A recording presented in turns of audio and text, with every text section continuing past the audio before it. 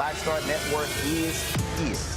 Hold no punches. I'm real revolutionary right now. Black power. Support this man, Black Media. He makes sure that our stories are told. I Thank you for being the voice of Black America, Roland. Stay black. I love y'all. All momentum we have now, we have to keep this going. The video looks phenomenal. See, this difference between Black Star Network and Black-owned media and something like CNN. You can't be Black-owned media and be scared. It's time to be smart. Bring your eyeballs home. You dig?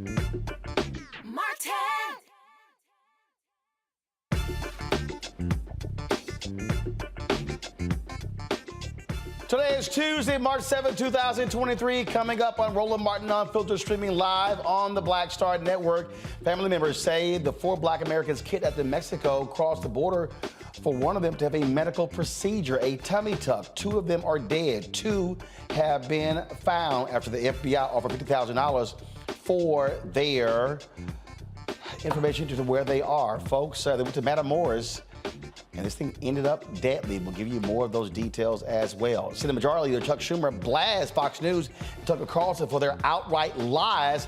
Running January 6th, we'll play for you what Schumer had to say. He's calling Fox News actions dangerous and unforgivable. They also a trash-ass network. U.S. home ownership increased in 2021. However, the rate of black American home ownership still lags. I'll talk with the founder and CEO of Ready Life, an organization helping black Americans close the gap. Florida's newly elected leader of the state's Democratic Party, Nikki Fried, here to tell us what she's going to do to turn the state blue.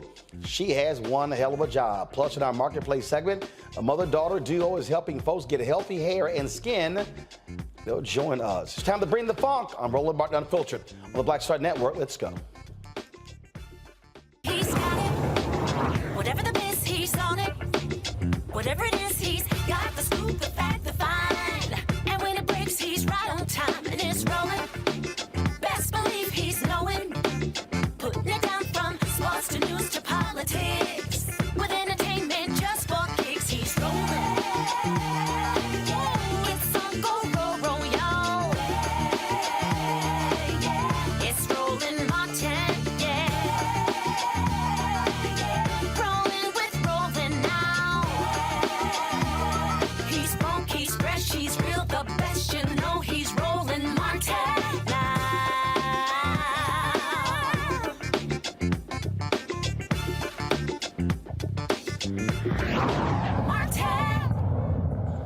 Two African Americans in Mexico are dead. 2 have been found. One is one of those found injured. They were kidnapped on Friday when they went there to Matamoros, where one of them was trying to get a tummy tuck.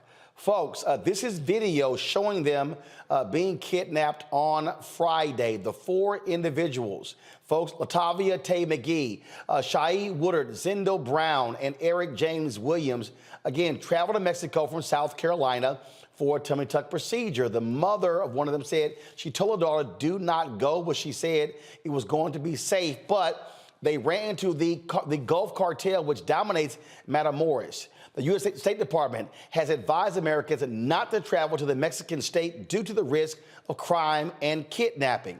And the FBI got involved, had a $50,000 notice out, information leading to where they were. They partnered with Mexican law enforcement agencies as well. Again, 2 of the 4 have been killed. 2 have been found. My panel, Dr. Mustafa Santiago Ali, former senior advisor for environmental justice at the EPA, Dr. Candace Matthews, statewide vice chair, Texas Coalition of Black Democrats, Dr. Larry J. Walker, assistant professor, University of Central Florida. Candace, I want to start with you. There are a number of people who travel to Mexico and other countries to get medical procedures. I know somebody who went to Turkey for their veneers. Folks go to Mexico for plastic surgery. You got Brazilian butt lifts. We can go on and on and on. We're talking about going to a place here where folks went for a tummy tuck, 2 are now dead.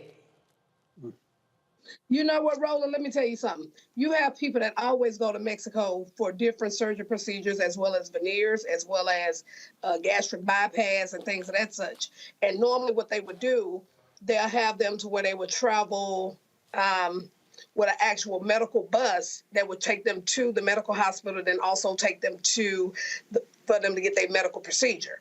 But what happened on that specific video was horrid, and it was horrific. That video pretty much pushed me over the edge to the fact where I don't even want to go to Mexico, okay?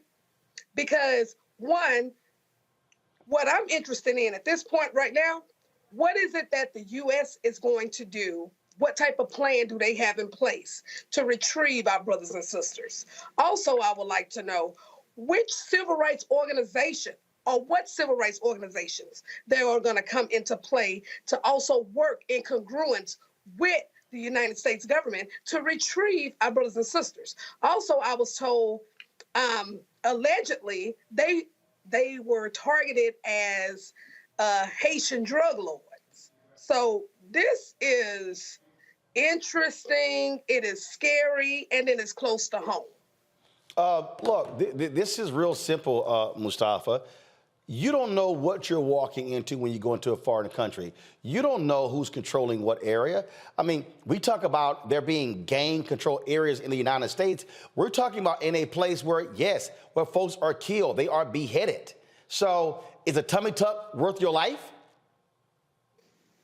Yeah, you got to make some hard decisions. It really shouldn't be that hard about saving a little longer and getting the procedure done here. There are numbers that about 300,000 people leave our country every year to go seek medical treatment, whether it is for plastic surgery or other things each year. And I've worked in Mexico on the border. I've been to Mexico City, a number of locations. It is not a place to play around. If you don't speak Spanish, and even if you do, you can find yourself in a really tough situation very quickly, because there are a lot of folks who get kidnapped and held for ransom. Unfortunately, we have these 2 of the 4 who lost their lives. So folks need to think really hard before deciding to go to Mexico or other countries that are unstable. Remember that the cartels really play a significant role in running government there when you really understand from a foreign process of what's really happening in that space. Bottom line here, Larry, I would caution anybody, especially any African American, it is not worth your life to travel to Mexico for any type of surgery whatsoever. You had better be paying attention to the State Department, their travel advisors, know where to go, where not to go. And it's just, again, it can be very dangerous. And yes, you can lose your life in one of these areas. So first, I want to send my condolences to the 2 individuals that lost their lives. And so, Roland, you highlighted a point I think I want to make, and people to understand who are watching the program. People, if you're going out of the country, you need to check the State Department website in terms of any updates. And often, like the State Department put out these warnings for countries, like you said, that you should not travel to. But secondly, traveling to Mexico or, like you say, any other country for cosmetic surgery, it's not worth it. Particularly, like I said, all the challenges along along the border, and so like my colleague described in Mexico City and some other places. You have to be careful, and as Brother Mustafa said, if you speak the language, you still might find yourself in dire straits. So we need to make sure we use common sense here. And if the individuals were warned, it was somebody in my family, I would tell them this is not in your best interest to go to get cosmetic surgery, and particularly, like I said, Mexico. But it costs 2 individuals their lives. 2 other individuals are permanently scarred, and then the family members have to deal with this tragedy for the rest of their lives. Indeed. So certainly our condolences. But folks, do not put your life, don't play Russian roulette with your life if you're running out trying to get one of these surgeries. I mean, this should be cautious, a caution flag to anybody who is thinking about this very issue. And so, again, it is a huge problem. We talk about people traveling places for medical procedures. We'll discuss that next right here on Roland Martin Unfiltered on the Black Star Network.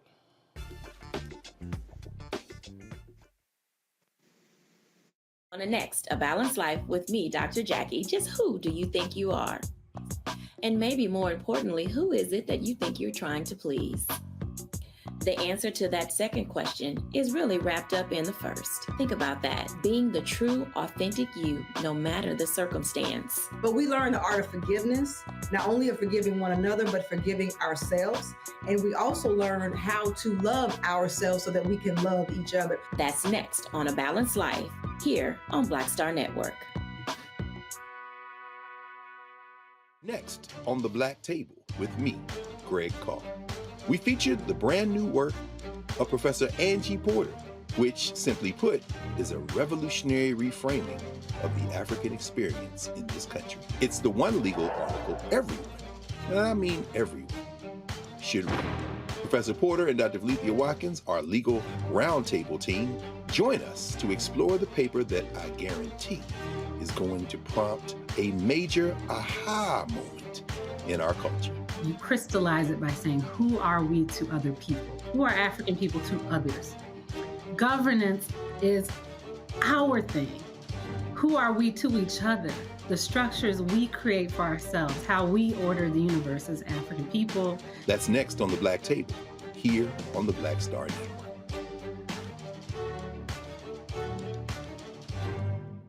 I'm Deborah Owens, America's Wealth Coach, and my new show, Get Wealthy, focuses on the things that your financial advisor and bank isn't telling you, but you absolutely need to know. So watch Get Wealthy on the Black Star Network.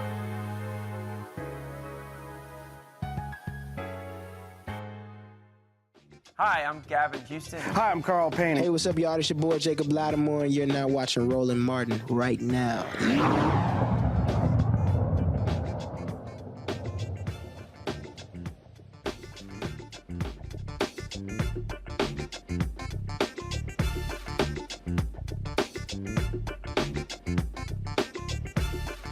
Patients Beyond Borders, an organization that helps find medical care in other countries, says up to 1 million U.S. citizens travel each year for medical procedures in other countries. For Americans, Mexico is the most popular destination. Patients can save up to 70% on procedures. Joining me now from Baltimore, Natasha Murphy, the Director of Public Health at Center for American Progress. Glad to have you on the show. Really, Natasha, what this points to is a fundamental problem with the American healthcare system when people are forced to travel to other countries to get medical procedures. Yes, and thank you so much for having me, Roland. Truly a pleasure to join you and your viewers tonight. As you mentioned, you have Americans who are traveling in droves to foreign nations to seek healthcare services. And the primary driver behind that is the cost of services here in the U.S. So you have individuals who are uninsured, underinsured, or even those with insurance who know that to seek more affordable care, they have to leave our nation's borders and visit countries like Mexico and Costa Rica to get the healthcare services that they need. And as I say, I mean, we're talking about just all types of procedures, and we're not talking about a place like Canada. I mean, again, I know somebody who went to Turkey for veneers.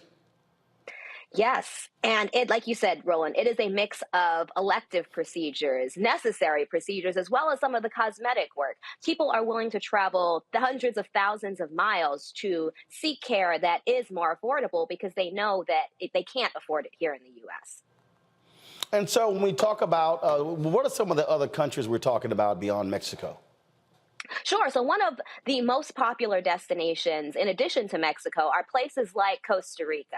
You also have areas like Thailand and India. And these are some countries that, due to just the dynamics of their healthcare landscape, you know, their governments play a more active role in negotiating prices and negotiating for more affordable elements like prescription drugs. And as a result, their healthcare costs are significantly lower. And that really is enticing Americans to cross borders to seek care. So from a congressional standpoint, state standpoint, is anyone trying to do anything about this? Because obviously we've heard these folks two lost their lives. Other people have actually died getting various procedures in other countries because you don't have the same standards that you do here in the United States. Absolutely. Oftentimes, the cost of medical tourism can be your life, which is much higher a price than necessary. And so our lawmakers at the federal and state level do recognize that affordability is a primary concern for their residents and for their voters. And so potentially impactful reforms that have been explored at the federal and state level include policies and bills that would limit surprise medical billing and prevent some of the severe medical debt that we've seen in this country. In addition, there's been a huge push to advance transparency requirements that would inform residents and consumers up front about the costs of their healthcare services before they seek them. And that's been incredibly impactful in just providing people with the information that they need to know ahead of time. And then finally, it is critical that we expand access to affordable and comprehensive health coverage. Individuals should have access to insurance that they can afford and that covers the litany of health services that they need. All right. Natasha Murphy with Center for American Progress. We appreciate it. Thanks a lot. Thank you. Folks, on Friday, President Joe Biden recognized an African-American member of the military whose paperwork had been lost Well, we know how that goes. In fact, they denied opportunities for many African Americans to receive the nation's highest award. Paris Davis, a retired colonel, United States Army, again was recognized for conspicuous gallantry. This was a ceremony that took place on Friday. My fingers for battle. He is my loving God and my fortress, my stronghold, my deliverer, my shield, in whom I take refuge. Ladies and gentlemen, please join me as we mark this very special occasion in prayer. Almighty God, author of liberty and champion of the oppressed, I praise you for the life, heroic leadership, and distinctive service of your humble servant, Colonel Retired Paris D. Davis. Our Army has always counted on our leaders to be fully committed to our nation's ideals, to our Army values, and to all the soldiers under their command. Colonel Davis is a warrior leader who demonstrated what it looks like under the most challenging of conditions. We are humbled and inspired by Colonel Davis's example.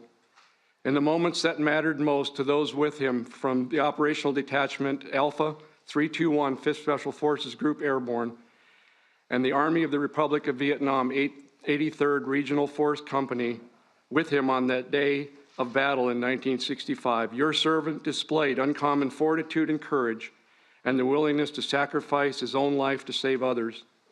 The men under his charge looked to him for leadership, and by your strength, he delivered. As Colonel Davis rightly receives our nation's highest military award for valor in action, for distinguishing himself by acts of gallantry above and beyond the call of duty, I humbly ask that his legacy not be defined by this moment or the receiving of this medal, but may the legacy of this medal and the rich history it bears be further evidenced and enriched by the character, selflessness, and heroism of Colonel Davis.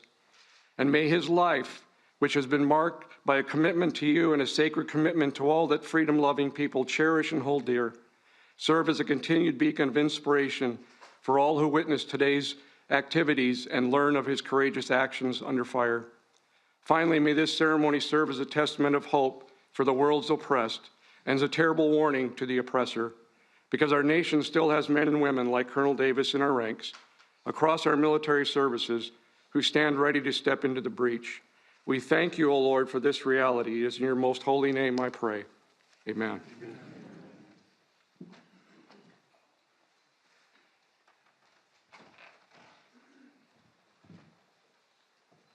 Please be seated.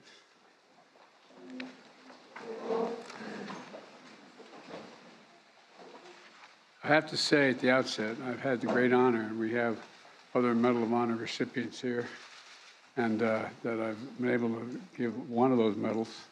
And we have 5 here, but this, Secretary, may be the most consequential day since I've been president. It's an incredible man. 158 years ago today, in this White House, President Lincoln was putting the final touches on his second inaugural address. And he wrote, "Let us strive to finish the work we are in, to bind up the nation's wounds, and care for him who shall have borne the battle." Today, 58 years after he bore the battle, we honor a true hero of our nation, Colonel Paris Davis. I've had a chance to get to talk to him a little bit. We talked on the phone, and he doesn't know, but we're going to talk a lot more. Incredible guy. The Medal of Honor, created during Lincoln's presidency, is our country's highest military award recognizing gallantry above and beyond the call of duty. That word gallantry, it's not much used these days, gallantry. But I can think of no better word to describe Paris, to describe you. I really can't. Gallantry. And everyone here feels exactly the same way. That includes Secretary Austin and Secretary McDonough and Secretary of the Army Warmoth and the Vice Chairman Grady and General McConville, Representative Byer. Where's Representative Byer? Thank you. Thank you for pushing this a little bit. Appreciate it. For joining us. A lot of these corporations or people that are running stuff push black people if they're doing a certain thing. What that does is it creates a butterfly effect of any young kid who, you know, wants to leave any situation they're in, and the only people they see are people that are doing this. So I gotta be a gangster, I gotta shoot, I gotta sell, I gotta do this in order to do it. And it just becomes a cycle. But when someone comes around and is making other, oh, we don't, you know, they don't want to push it or put money into it. So that's definitely something I'm trying to fix too, is just show there's other avenues. You don't gotta be a rapper, you don't gotta be a ball player, you can be a country singer, you can be an opera singer, you can be a damn whatever, you know? Showing the different avenues, and that is possible, and it's hard for people to realize it's possible until someone does it.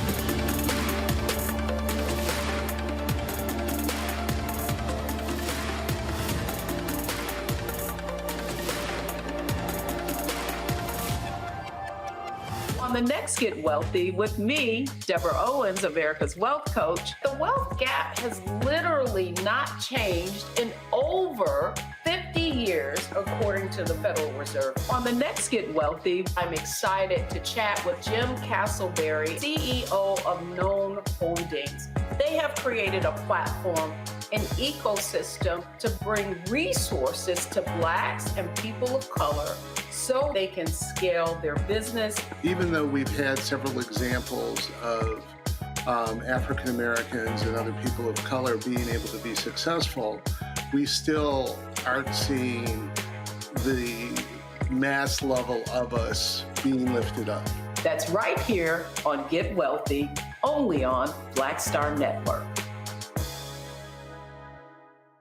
Yo, it's your man Deion Cole from Blackish, and you're watching Roland Martin Unfiltered. Stay woke. Today. Now, as many of you know, Paris will be the first to tell you that he hates the word I, that it was his team who served and his team who sacrificed. So today, I'm truly honored to welcome one of those teammates, Ron Dice. Where's Ron? Ron.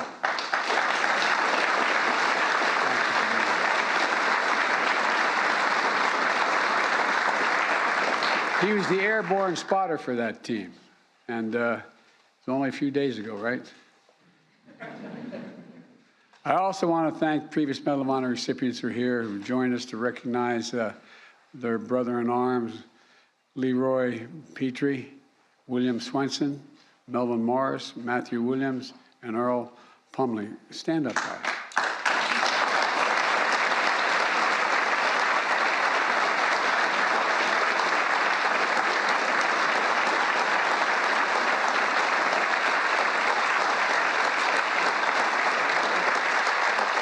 You're looking at courage in the flesh.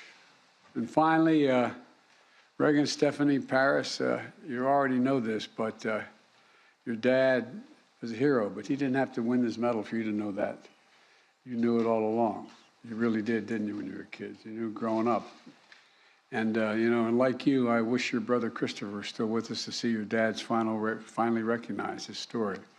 You know, it's a story that didn't just begin in the Vietnamese village 58 years ago. Instead, picture Paris in 1956, the son of a Midwestern foundry worker, starting his first year at Southern University in the heart of Louisiana. The college football team quickly noticed that Paris had the grit and the guts it needed on the team. So before long, Paris not only joined the team, but he was named All-American before us. He's a very slow learner, this guy. I tell you what, but off the field, Paris saw constant reminders that to many, he was less than an American. And that in the eyes of the law, he was less than a person. Signs on bars that read whites only, seats on buses were off limits for African Americans, schools, streets, shops divided by segregation. Paris endured all of this and still chose to join his college ROTC unit, volunteering to serve a country that in many places still refused to serve people who looked like him. Right away, it was clear that Paris was a born warrior. He became an Army Ranger. Then he jumped at the chance to join the Green Berets, becoming one of the nation's first black Special Forces officers. Paris liked the Green Berets because they were elite. It wasn't just, as Paris once said, Joe here, Joe there. By the way, it didn't offend me you said Joe here, Joe there. You know what I mean? That didn't bother me. But But the Green Berets, like our country then, weren't free from discrimination either. People pulled Paris aside to warn him, are you sure you want to join? There aren't a lot of people like you, look like you in this outfit. Well, remember, this was only 14 years after President Truman desegregated our military, only 14 years later. But Paris didn't listen to them, and thank God he didn't. Paris helped write the history of our nation. And this year, we celebrate the 75th anniversary of our first fully integrated armed forces, and name Paris Davis will still stand alongside the nation's pioneering heroes. You know, in the early hours of June 18th, 1965, and his then Captain Davis, and his team with 3 of the Green Berets were wrapping up a job well done. And together, they just finished a 10-mile march through the night to support a company of South Vietnamese soldiers on their first combat mission, a raid against the Viet Cong, thick in the jungle of Bong Song. The raid was a success. But as the sun began to rise, the men heard that haunting sound ring out. A bugle, a sure sign of a counterattack. Within minutes, the jungle lit up with enemy fire.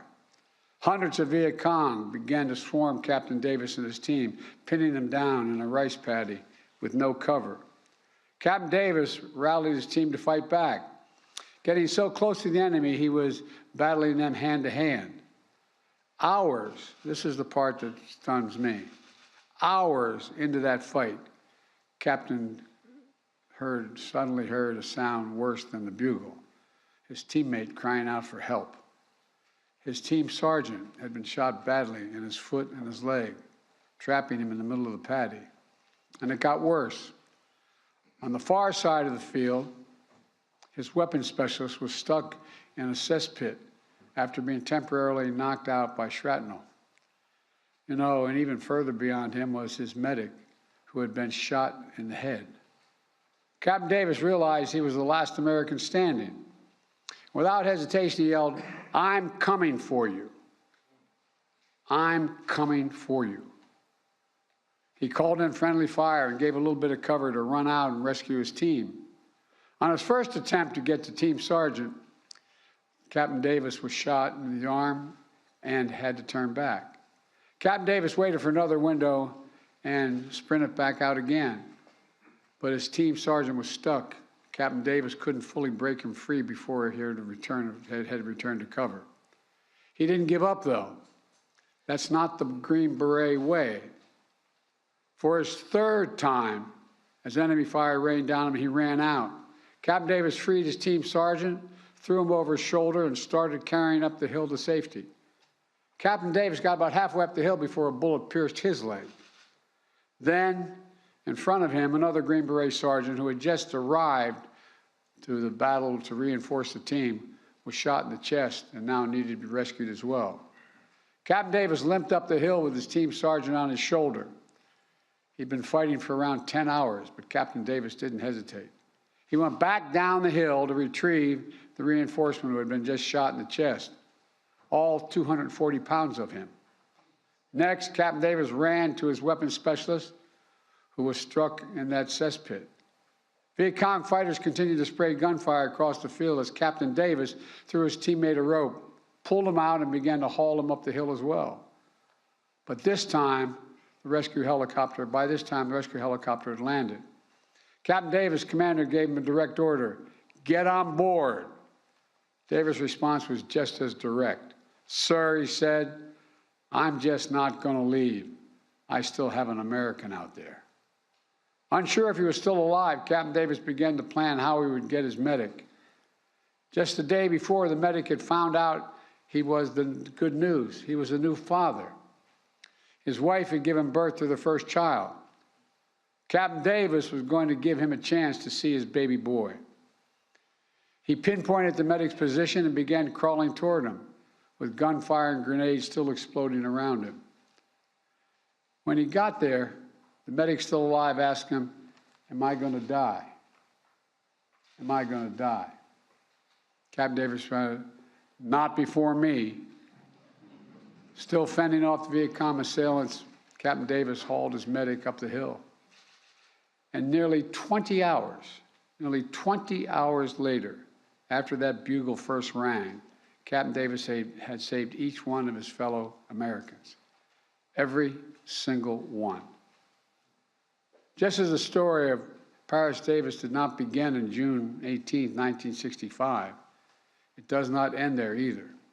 Captain Davis went on to become Colonel Davis, serving more than 25 years in our military and earning a PhD on top of that. He received the Silver Star, the Bronze Star, the Air Medal, the Purple Heart. And even after he hung up his uniform, the captain continued to serve the community, founding the Metro Herald, a newspaper that focused on his local community and civil rights issues. I wish I could say that this story of Paris' sacrifice on that day in 1965 was fully recognized and rewarded immediately. But sadly, we know they weren't. At the time Captain Davis returned from war, the country was still battling segregation.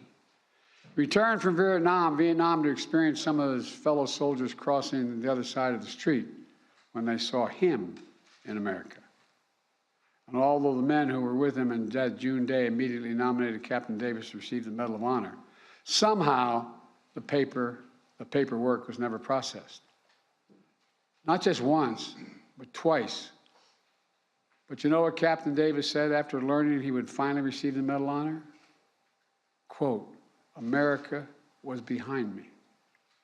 America was behind me." He never lost faith, which I find astounding. He never stopped believing in the founding vision of our nation, a vision that Lincoln kept alive 158 years ago, and a vision Paris fought to defend 58 years ago. This vision for a more perfect union, one where all women and men are created equal. You know, we're the most unique nation in the world. We're the only nation founded on an idea. Every other nation is founded based on a philosophy, based on ethnicity, religion, whatever, an idea. It's captured in, we hold these truths to be self-evident, that all men and women are created equal, endowed by their Creator with certain inalienable rights, life, liberty. We've never fully lived up to it, but we've never walked away from it. This is evidence we're still not going to walk away from it. Look, folks, we never ever walked away from our troops who dare all and give all to our nation. Paris, you are everything this medal means. I mean everything this medal means. And look, you're everything our generation aspired to be. You're everything our nation. Horrific scene, a white nationalist rally that descended into deadly violence. White people are losing their damn minds. As an angry pro-Trump mob storms the U.S. Capitol, we've seen shooting. We're about to see the rise of what I call white minority resistance. We have seen white folks in this country who simply cannot tolerate black folks voting. I think what we're seeing is the inevitable result of violent denial. This is part of American history. Every time that people of color have made progress, whether real or symbolic, there has been what Carol Anderson at Emory University calls white rage as a backlash. This is the rise of the Proud Boys and the Boogaloo Boys. America, there's going to be more of this. Here's all the Proud Boys, guys. This country is getting increasingly racist in its behaviors and its attitudes because of the fear of white people. The fear that they're taking our jobs, they're taking our resources, they're taking our women. This is white fear.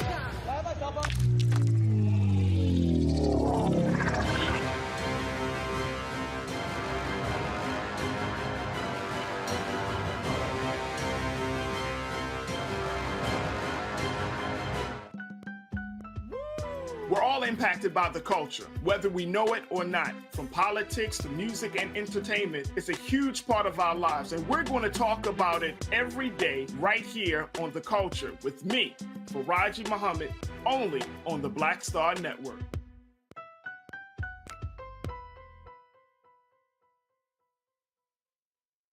What's up, y'all? I'm Will Packer. Hello, I'm Bishop T.D.J. What up, Lana Well, and you are watching Roland Martin Unfiltered. Best. Brave and big-hearted, determined and devoted, selfless and steadfast. American. American.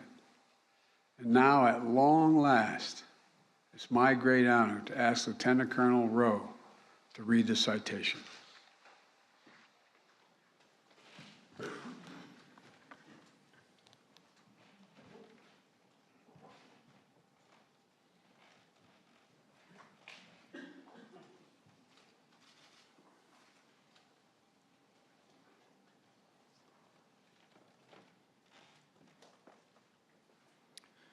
The President of the United States of America, authorized by Act of Congress, March 3, 1863, has awarded in the name of Congress the Medal of Honor to Captain Paris D. Davis, United States Army, for conspicuous gallantry and intrepidity at the risk of his own life above and beyond the call of duty.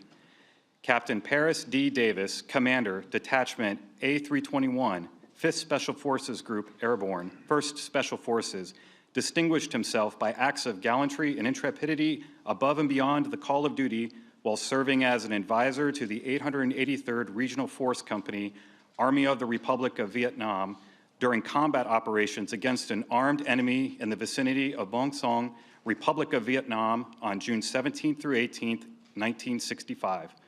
Captain Davis and 3 other U.S. Special Forces advisors accompanied the Vietnamese 883rd Regional Force Company on its first combat mission, a daring nighttime raid against a Viet Cong regional headquarters housing a superior enemy force.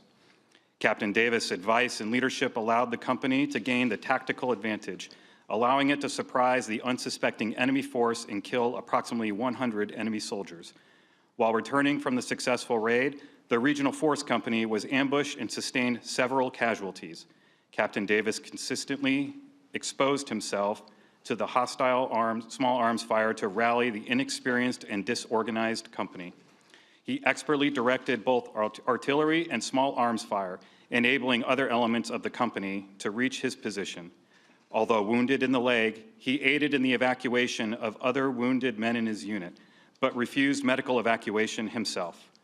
Following the arrival of air support, Captain Davis directed artillery fire within 30 meters of his own position in an attempt to halt the enemy's advance. Then, with complete disregard for his own life, he braved intense enemy fire to cross an open field to rescue his seriously wounded and immobilized team sergeant. While carrying the sergeant up a hill to a position of relative safety, Captain Davis was again wounded by enemy fire. Despite 2 painful wounds, Captain Davis again refused medical evacuation, remained with the troops, fought bravely, and provided pivotal leadership and inspiration to the Regional Force Company as they repelled several Viet Cong assaults on their position over a period of several hours. When friendly reinforcements finally arrived, Captain Davis again refused medical evacuation until he had recovered an U.S. advisor under his command who had been wounded during the initial ambush and presumed dead. While personally recovering the wounded soldier, he found him severely wounded but still clinging to life. Captain Davis directed the helicopter extraction of his wounded colleague, not leaving the battlefield himself until after all friendly forces were recovered or medically evacuated. Captain Davis' heroism and selflessness, above and beyond the call of duty at the risk of his own life, are in keeping with the highest traditions of military service and reflect great credit upon himself, his unit, and the United States Army.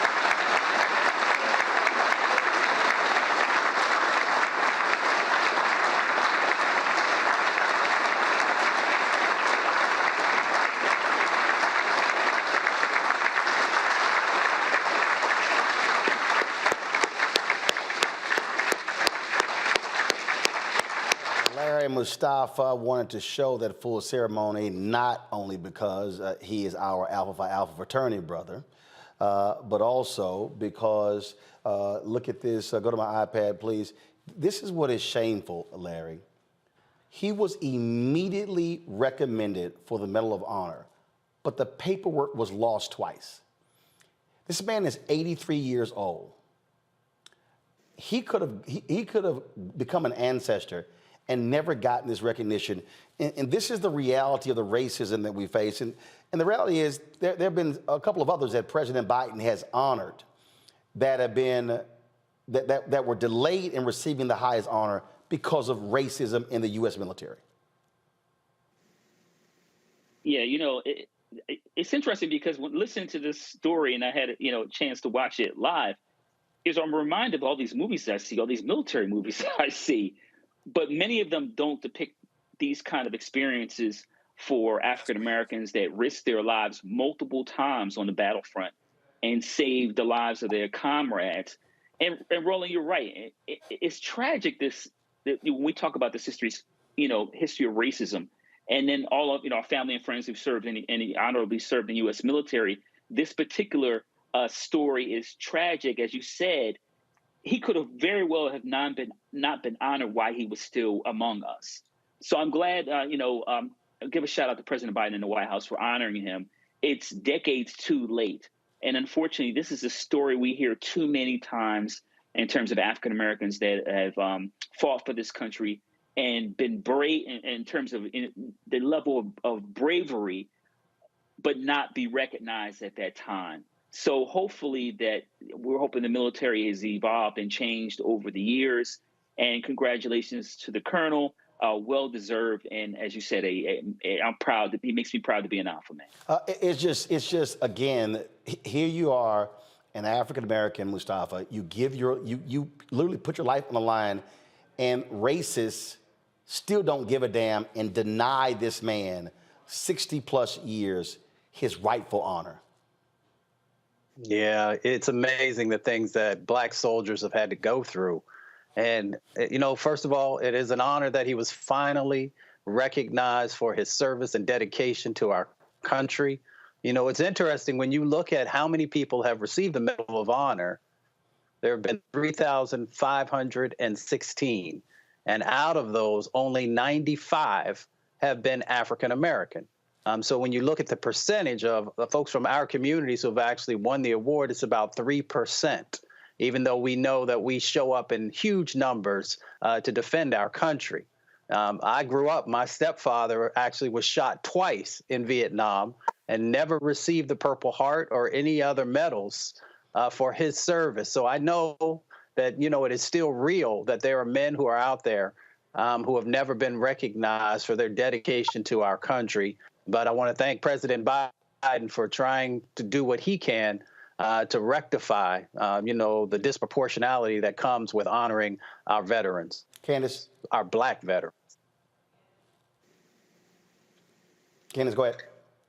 Okay, and you know what? I'm just going to say this. Kudos to President Biden for doing what's right. I really appreciate that. But I'm also saddened because racism has raised its ugly head once again. Because Captain Paris was supposed to got this award. And then all of a sudden you saying that they lost the paperwork twice? We know that's a damn lie. You didn't want to give this man an award who defended his country over a country who don't give a damn about him. And I'm just going to be straight up about it. But at the end of the day, I'm glad that he was able to get it, because at the end of the day, he can rest well knowing that his work wasn't done in vain. Yeah, absolutely. Folks, this is, again, it boggles the mind, but it really doesn't. And when you listen to these people out here who act as if, oh, systematic racism doesn't apply. Think about it. To Mustafa's point, how many other soldiers who have made the ultimate sacrifice have never been honored? Yes, there's a black Secretary of Defense in retired four-star General Lloyd Austin.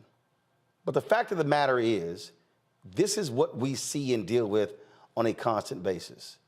African Americans not getting their just due, not just in the military, but in many other places as well. This is the story of black people in this country. And so when you listen to folks like Governor Ron DeSantis, and they don't like telling black history, When you look at their attacks on critical race theory, their attacks on books by black authors, their attacks on African American studies programs, it is because this is the America they want to deny. They love to paint this picture. And everything is wonderful, that America is the greatest country the world has ever seen, that all these things that y'all talk about, why can't y'all just let that stuff go? Well, if we did, Colonel Paris doesn't get honored. If we did, numerous other African Americans all across this country who have done things in cities and states and towns and locales would never get honored. In Atlanta, they're going to be unveiling a statue to Zernona Clayton. Good, well-deserved. And there are so many other African Americans who deserve to be honored. Yet we have a country that gladly will defend, or really a party, an ideology, largely white conservatives, who will gladly defend Confederate statues. I told you when I was in Texas, the monument that's there, dedicated to white domestic terrorists, a massive monument. This is the stuff that we have to deal with in this country. And so when someone says, oh, you should just forget those things, you should say, no, we can't. Because if we did, the Colonel Parises would never get their just due, would never get their respect and their honor. Which is also why the next generation can't be as callous and just have disregard to what happened before. Well, we must understand it's our responsibility as the current generation to ensure the next generation understands that the fight continues. Bernard Shaw, the late anchor at CNN. I remember when I called him and I said I wanted to use this clip when he was critical of white men in newsrooms. And he said, Roland, every generation has its turn. It's now your turn. Meaning, as African Americans, our job is to ensure that we are fighting on behalf of those heroes and sheroes who have been ignored, who folks want history to simply forget, who want us to somehow act as if their heroism is not deserving of public praise. It is our job, and we must continue to fight for them every step of the way. And so if you're sitting there watching and you say, this is performative, this doesn't impact us whatsoever, tell that to the families of the men that he saved. Tell that to his family, because now his children's children's children will be able to say that our father, our great-grandfather, our great-great-grandfather, our great-great-grandfather was honored with the nation's highest honor, that in the face of racism and bigotry, he still cared enough about his fellow soldier. That is the story of black people in America. And yes, black history is American history, whether the racists today want to admit it or not. Folks, be sure to download the Black Star Network app, Apple phone, Android phone, Apple TV, Android TV, Roku, Amazon Fire TV, Xbox One, Samsung Smart TV. Also, support us in what we do. Your dollars make it possible for us to do this show every single day. And trust me, it is not a cheap endeavor when it comes to the studio and when it comes to the staff. Our studio alone costs $15,500 a month. When it comes to our staff, you may think these costs are no big deal, but trust me, when we spend more than $3,000 a month, even on fiber optic lines to be able to broadcast this show, that's what it takes. Our monthly expenses are about $185,000. And so when you see this show, when you see the Black Star Network, that's what it costs. So your dollars matter. Send your check and money orders to P.O. Box 57196, Washington, D.C., 20037-0196. Cash App, $RM Unfiltered, PayPal, R Martin Unfiltered, Venmo, RM Unfiltered, Zelle, Roland at RolandSMartin.com, Roland at RolandMartinUnfiltered.com. We'll be right back.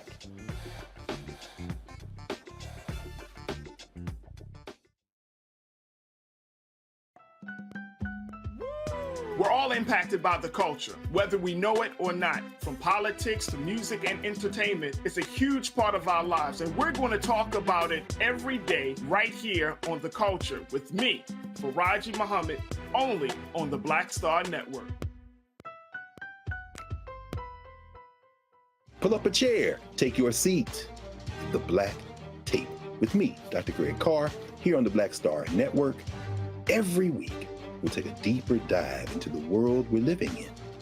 Join the conversation only on the Black Star Network. When you talk about blackness and what happens in black culture, we're about covering these things that matter to us, speaking to our issues and concerns. This is a genuine people-powered movement. There's a lot of stuff that we're not getting. You get it, and you spread the word. We wish to plead our own cause. Too long have others spoken for us. We cannot tell our own story if we can't pay for it. This is about covering us. Invest in black-owned media. Your dollars matter. We don't have to keep asking them to cover our stuff. So please support us in what we do, folks. We want to hit 2,000 people, $50 this month, raise $100,000. We're behind 100,000, so we want to hit that. Y'all money makes this possible. Check some money orders. Go to P.O. Box 57196, Washington, D.C. 20037-0196. The Cash App is $RM Unfiltered. PayPal is R Martin Unfiltered. Venmo is RM Unfiltered. Zelle is Roland at RolandSMartin.com. This is Judge Mathis. What's going on, everybody? It's your boy Mac Wiles, and you are watching Roland Martin Unfiltered.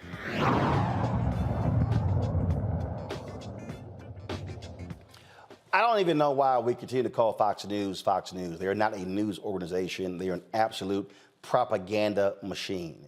Now, if you want any further evidence, last night, white nationalist Tucker Carlson literally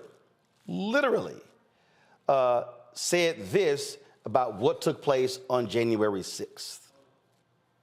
3 weeks ago, thanks to the new Republican Speaker's office, we gained access to thousands of hours of surveillance video that help answer that question. The January 6th committee had access to this very same tape and watched much of it. But as we're about to show you, committee members lied about what they saw and then hid the evidence from the public as well as from January 6th criminal defendants and their lawyers. That is unforgivable. Whatever you think of Speaker Kevin McCarthy, he rectified that crime, and we are grateful that he did. Before we show you the tape, a few words on the process. Our producers had unfettered access to the Capitol's surveillance video. Neither the Speaker's office nor our bosses at Fox News interfered in any way with our investigation. Of the 40,000 or so hours of tape, most of it turned out to be irrelevant, static shots of empty rooms, in some cases far from the Capitol itself. To find relevant videotape, our producers were given use of Capitol computers with advanced mapping software. That made it easy to find what we were looking for. What we didn't have was access to facial recognition software, and that was significant. For more than 2 years, we have wondered why some in the crowd that day who seemed to be inciting violence were never indicted for it. We assumed these were federal agents of some sort. We still assume that. And in fact, there were many examples of behavior we saw in those tapes that didn't seem to make sense. Y'all, this fool literally said folks were just taking tours. They were just walking through the Capitol, no big deal. There was no violence. Senate Majority Leader Chuck Schumer had the same expression that I have right now. And he said this today on the floor of the Senate. Mr. President, last night, millions of Americans tuned in to one of the most shameful hours we have ever seen on cable television. With contempt for the facts, disregard of the risks, and knowing full well he was lying to his audience, Fox News host Tucker Carlson ran a lengthy segment last night arguing the January 6th Capitol attack was not a violent insurrection. By diving deep into the waters of conspiracy and cherry-picking from thousands of hours of security footage, Mr. Carlson told the bold-faced lie that the Capitol attack, which we all saw with our own eyes, was somehow not an attack at all. He tried to argue it was nothing more than a peaceful sightseeing tour. Can you imagine? A nonviolent demonstration, a perfectly fine and appropriate instance of people expressing their opinion. I, so many others who were here in the Capitol, and millions of Americans are just furious with Tucker Carlson and Kevin McCarthy today. Many of my staff were here at the Capitol on January 6th. Their lives were put in danger, as were the lives of many of my colleagues, as well as police, maintenance staff, reporters, countless others. At one point, I was within 30 feet of the rioters. One of them, I was told, shouted out, "Let's get him," before my detail pulled me away and we ran in the other direction. To say January 6th was not violent is a lie pure and simple. I don't think I've ever seen a primetime cable news anchor manipulate his viewers the way Mr. Carlson did last night. I don't think I've ever seen an anchor treat the American people and American democracy with such disdain. And he's going to come back tonight with another segment. Fox News should tell him not to. Fox News, Rupert Murdoch, tell Carlson not to run a second segment of lies. You know it's a lie. You've admitted it's a lie.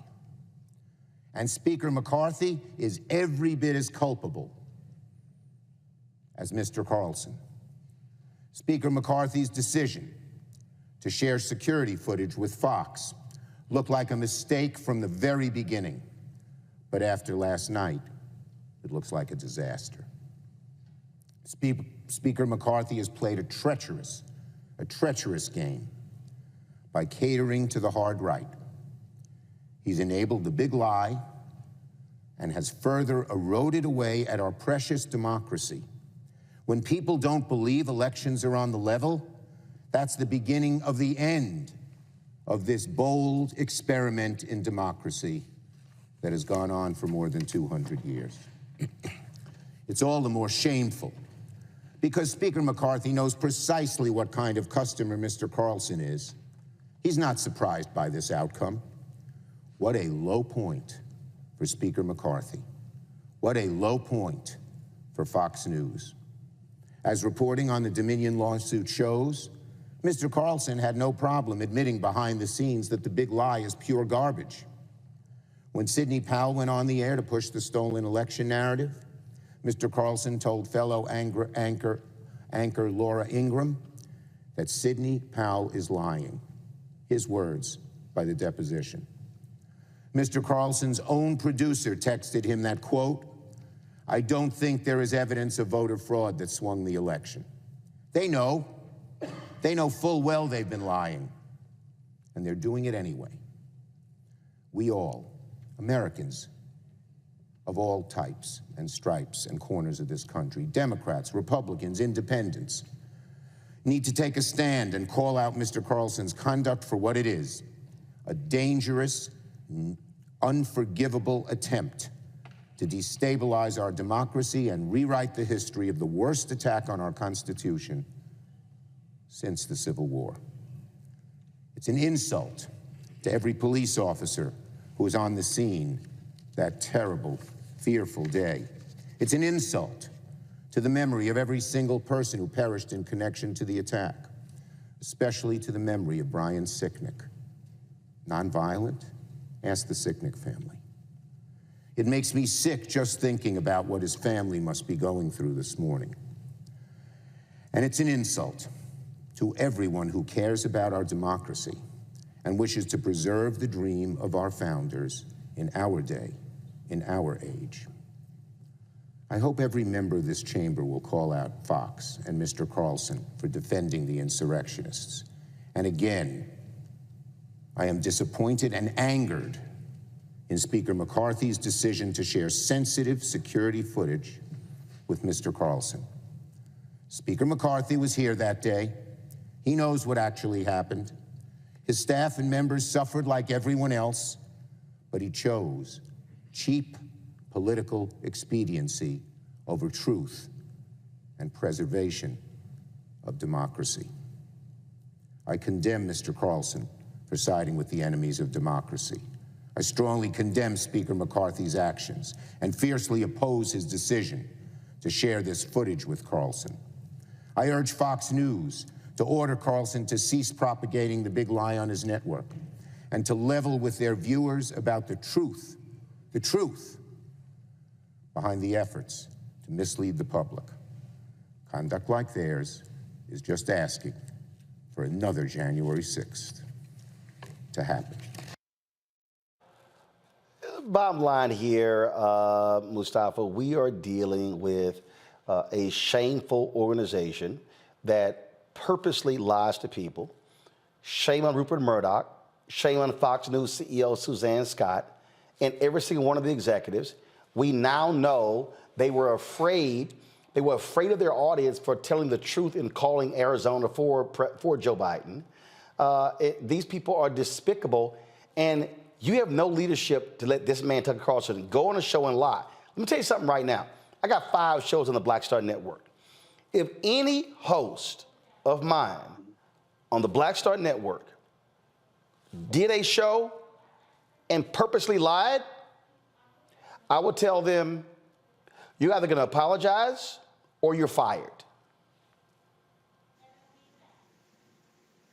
Yeah, and and that's the way that it has to be, because folks can't have confidence in the information that's being shared if we don't have that higher standard that folks who are sharing important information have to live by. But we know that Fox News is all about erasure. It's about erasure of truth. It's about erasure of the impacts that are happening. It is about the erasure and then the rebuilding of narratives, if you will. And we know that Tucker Carlson right now is doing a CYA set of actions, because both Fox News and himself know that they're in trouble with the Dominion case that's currently going on. So we understand these dynamics, but we also got to ask the question, where's the FCC and where are others in pushing accountability? Well, first of all, the FCC has no jurisdiction here because this is a cable network. They only regulate broadcast. Yeah, that is correct. I guess it comes down to each and every one of us also making sure there's accountability. For those folks who are sponsors on these shows that are pushing these false narratives, we got to make sure that we are not supporting them, or we're reaching out to them and letting them know that we will no longer utilize our dollars with them if they continue to support this misinformation that is continuing to be pumped, because it is dangerous and it does nothing to help our country. So we have to realize that we also have power in this moment to play a role in the accountability that's necessary in keeping Fox News in check. Candace? In my opinion, everybody, let's hold hands. Welcome to another petty episode of white people fighting each other, but not going to do anything to help Black people. Okay? You can't save a republic until you end racism, okay?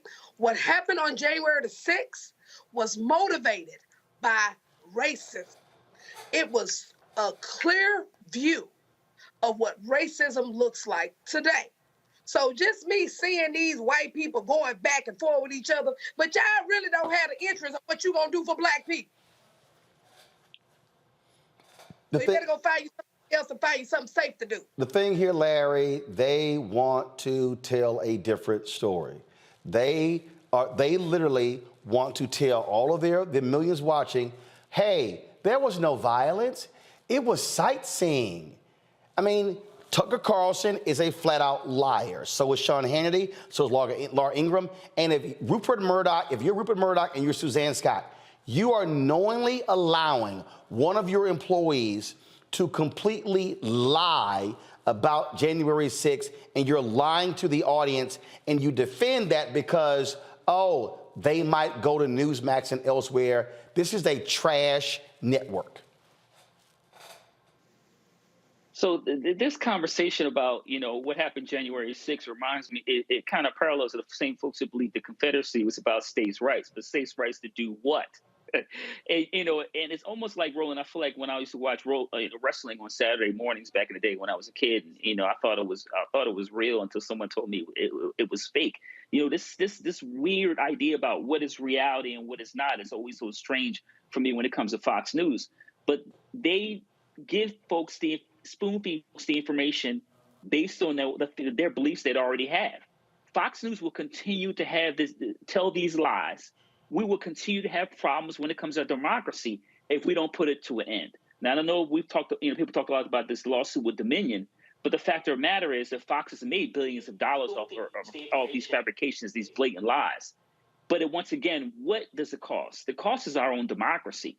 And sharing this footage also puts many members of Congress in danger because it also, so this is a really tragic time in our country's history. The last thing I want to add, Roland, is as a former congressional staffer with my boss, I've walked with him with a badge on and tried to get to the U.S. Capitol and have Capitol police officers stop me.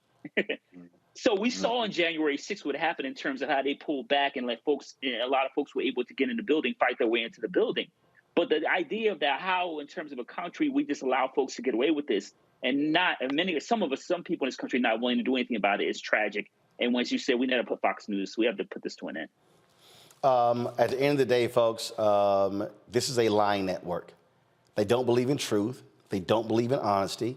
They will allow their people to go on the air, purposely lie in order to keep making money. When y'all see people come on this show, people like, oh my God, Roland, you were too tough on Philip. You were too tough on the sister who was pro-life. This is very simple.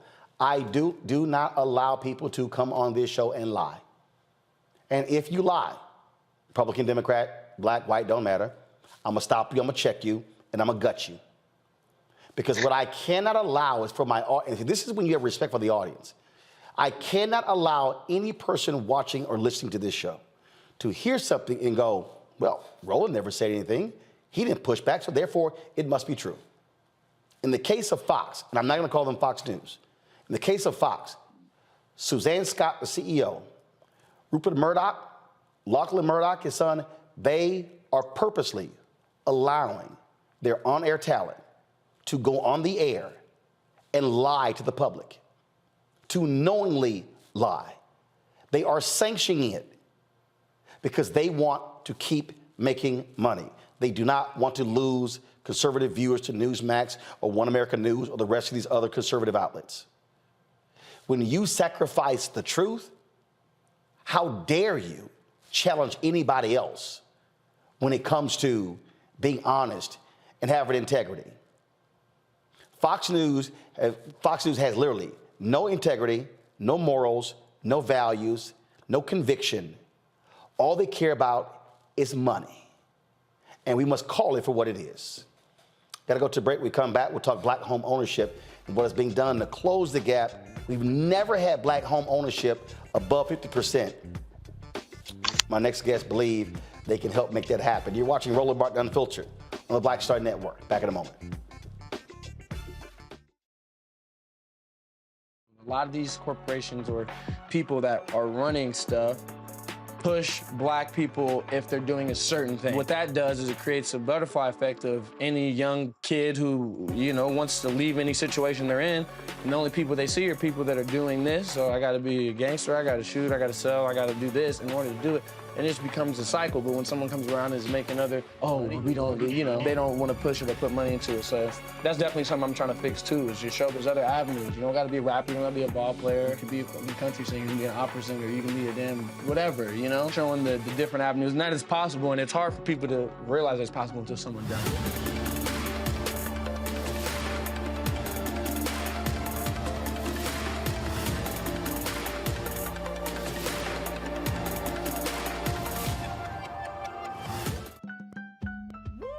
We're all impacted by the culture, whether we know it or not. From politics to music and entertainment, it's a huge part of our lives, and we're going to talk about it every day right here on The Culture with me, Faraji Muhammad, only on the Black Star Network. On the next, A Balanced Life with me, Dr. Jackie, just who do you think you are? And maybe more importantly, who is it that you think you're trying to please? the answer to that second question is really wrapped up in the first. Think about that. Being the true, authentic you, no matter the circumstance. But we learn the art of forgiveness, not only of forgiving one another, but forgiving ourselves. And we also learn how to love ourselves so that we can love each other. That's next on A Balanced Life, here on Black Star Network. Hi, everybody. This is Jonathan Nelson. Hi, this is Cheryl Lee Ralph, and you are watching Roland Martin, Unfiltered.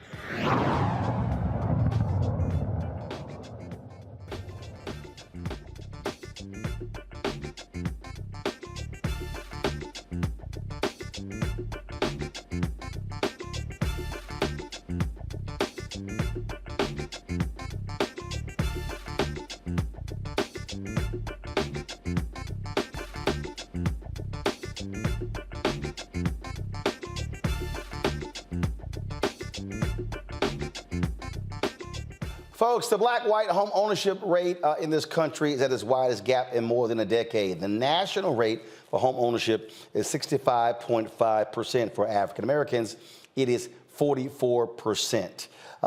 It has never actually exceeded 50%, and we've seen what has happened since the Fair Housing Act of 1968. That number's actually dropped at one point to almost 40%.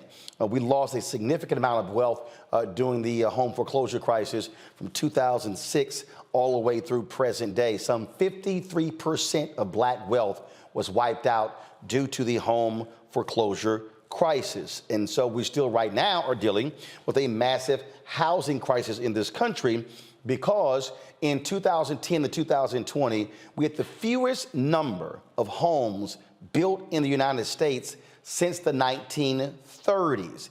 It was less than 10 million. We pretty much averaged about 20 million homes being built per decade from 1940 through 2010. That was not the case from 2010, 2020. And so there's a black-owned firm that's trying to impact this. Ashley Bell is the founder and CEO of Ready Life, and Montel Williams is a Ready Life advisor. Ashley's in LA, Montel is in Miami. Glad to have both of you here. So for folks who don't know, Ashley, you were on before talking about this here. So exactly what is Ready Life and how have y'all had an impact on helping African Americans get home ownership? Well, thank you, Roland. It's good to be with you again. Good to see you briefly in Salt Lake City at our brother Kenny's event he had there. Just always good to be in conversations around uplifting our folks. And Ready Life is at the heart of helping us just rethink what we've been through. And when you think about credit scores, most people, Roland, are going to sit here and say, you know, well, credit scores are the only way to get a mortgage. My credit is the barrier. But the reality is that credit scores weren't invented until 1981. There was a world without credit scores. They have not always been in our lives. But what we've seen with credit scores are that they've been the source of black mental health challenges, people feeling ashamed by these three digits, people feeling like these three digits control their entire life. And the reality is that we believe that you can qualify for a home by your rent payment primarily instead of your credit score. And so, look, in Atlanta, the average rent in Atlanta is $1,530. The average mortgage in Atlanta is $1,538. So there's an $8 difference between owning and renting. Yep. But the person who's renting is paying it every month, but they don't create the equity and create the wealth. That's what we're trying to change. Montel, what people have to understand, we had all of these banks complaining about toxic assets. We all remember 2007, 2008, and that whole period. When we bailed them out, shored up their bottom lines, they held onto those homes, then sold them to private equity. So part of the reason why we're in a housing crunch today is because private equity owns so many homes, they're forcing people to rent. To Ashley's point, I mean, there are people who literally are paying more money to rent than it costs to actually have a mortgage. And you would think that policymakers will be trying their best to make some changes to get folks to own, because when people own, they actually have a different mentality about their street, their neighbor, their street, their block, their neighborhood. Absolutely right. I mean, and you just said it, policymakers have determined that maybe it's not time for us to be as equitable as we think we're trying to be as a nation. And what we're trying to do is make sure that they keep more people who have been marginalized, keep us marginalized. But I think that that's where you got to give a big shout out to Ashley and to Ms. King for forming a group like this, which is going to allow so many more people to have a touch of that American dream, or a bite at that American dream. Ashley, what is your capacity? So first of all, for folks who don't understand how real life works, how many people are you hoping to assist each year, and explain exactly the process in terms of them, paying, how you're helping them actually own the home? So here's what we do. You can go to ReadyLife.com. You can go on the Apple Store or Android Store right now. Download the Ready Life app. Our goal is to be where you bank with us. And so we underwrite you based off of data of how you spend. So take your credit score and replace that with, you're buying gas, buying groceries, but most importantly, buying rent. How you manage cash flow is more important. If you pay your rent on time, you should be able to own a home. If your mortgage payment is equal to or less than your rent payment, we believe that you have the credit necessary to own a home. So we see you paying it because you do it through our app. You bank with us. We take that data, and then ultimately we'll be able to fund your mortgage between 6 and 9 months of data. Now, for people with bad credit, it's too many people paying these companies $59.99 a month to do credit repair and get stuff removed off your credit report. We don't cost you anything. We just take the data that you're already using and use it to your advantage. And by doing that, we're able to process you for a loan. And it's going to be in areas where there's CRA credits, because the banks need to buy credits, Consumer Reinvestment Act credits. So we're able to ultimately take these loans, and we're still going to sell them back to the banks. The difference is we take a risk on people who are renters. And then once we prove that you can pay your mortgage, then the banks will come buy the paper. But our job is to take the risk that they want. How many folks you think you'll be helping your first year? I think we'll get into a couple of thousand. I think we're going to have some target markets where the market is good. I think, if you look at, Atlanta, Houston, Dallas, Miami, places like that, the market is not as bad. People are able to, where rent and mortgages are the same. If you live in a city where rent and mortgages per square foot are the same, we're a good product for you. And I think that's where we're going to focus. Montel, this is a much different way of doing this. There's so much attention that's placed on a credit score, and we all know even how that game is played and how it's used against people. And first of all, the credit score game is just so stupid to me. Like, for instance, they tell you, to keep your credit score high, don't pay off your credit card. Well, hell, last I checked, if you didn't have debt, I would think you're the kind of person folk would want buying something, but it's but it's actually held against you. I mean, and then of course we have no idea how the algorithm was created, and then you got 3 major bureaus, and so you might have a low score on one, mid to high on others, and then the people go, we're going to use a low score. Well, what the hell? It's a rigged game. It's absolutely ridiculous. You nailed it right on top. It's a rigged game to make sure that people stay marginalized. This is something that, we got to start facing some facts here.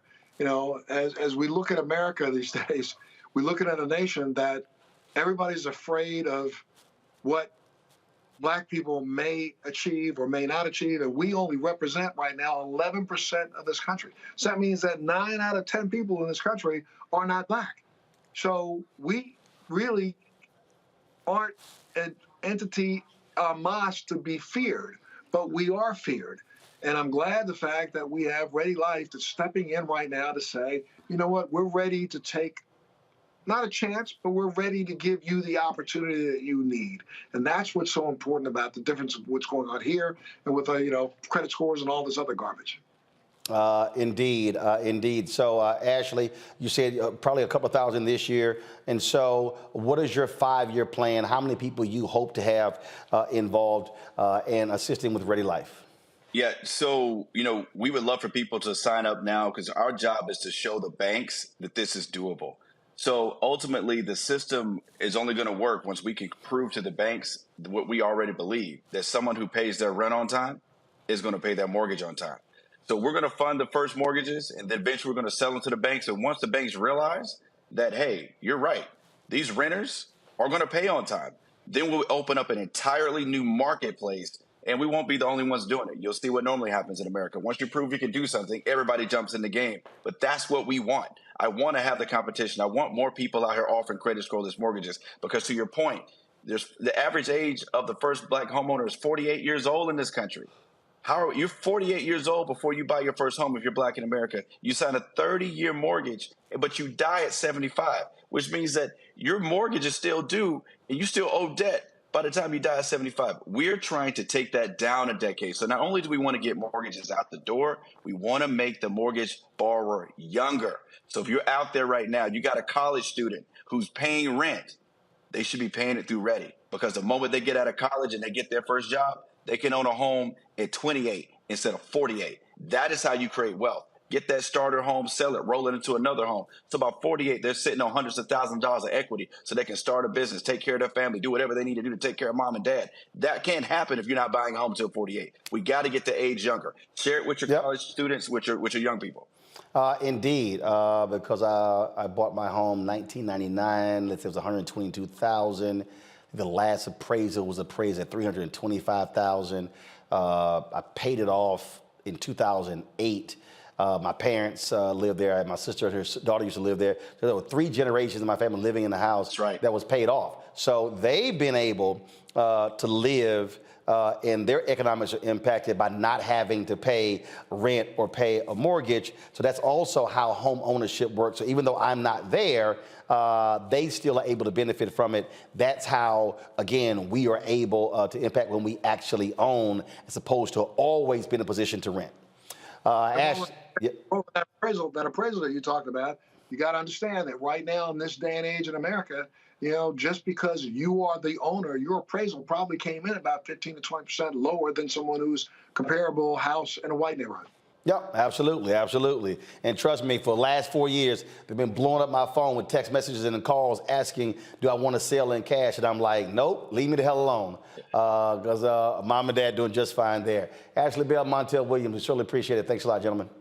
Thanks so much, Travis. All right, got to go to the break. We'll be back. Roland Martin Unfiltered on the Black Star Network. YouTube, folks, hit that like button. We should easily be over 1,000 likes. Share button on Facebook. Same thing on our Black Star Network app. And don't forget, download our app. We're trying to get to 100,000 downloads real fast, folks. We've crossed the 1 million threshold on YouTube. Let's have 1 million downloads of the Black Star Network app. Apple phone, Android phone, Apple TV, Android TV, Roku, Amazon Fire TV, Xbox One, Samsung Smart TV. Watch us on Amazon News. You pull up Amazon Fire, you can see us streaming live 24 hours. If you have Alexa, all you got to say is, Alexa, play news from Black Star Network, and our content will be played right there. Don't forget, support us in what we do as well. Your check and money orders go to P.O. Box 57196, Washington, D.C. 20037-0196. Cash App, $RM Unfiltered. PayPal, R Martin Unfiltered. Venmo is RM Unfiltered. Zelle is Roland at RolandSMartin.com. Roland at RolandMartinUnfiltered.com. And don't forget to get a copy of my book, White Fear, How the Browning of America is Making White Folks Lose Their Minds. Get it at available bookstores. Download it on Audible. We'll be right back. Folks, Black Star Network is here. Oh, no punches! A real revolutionary right now. Support this man, Black Media. He makes sure that our stories are told. Thank you for being the voice of Black America, Roland. Stay black. I love y'all. All momentum we have now, we have to keep this going. The video looks phenomenal. See, there's a difference between Black Star Network and black-owned media and something like CNN. You can't be black-owned media and be scared. It's time to be smart. Bring your eyeballs home. You dig?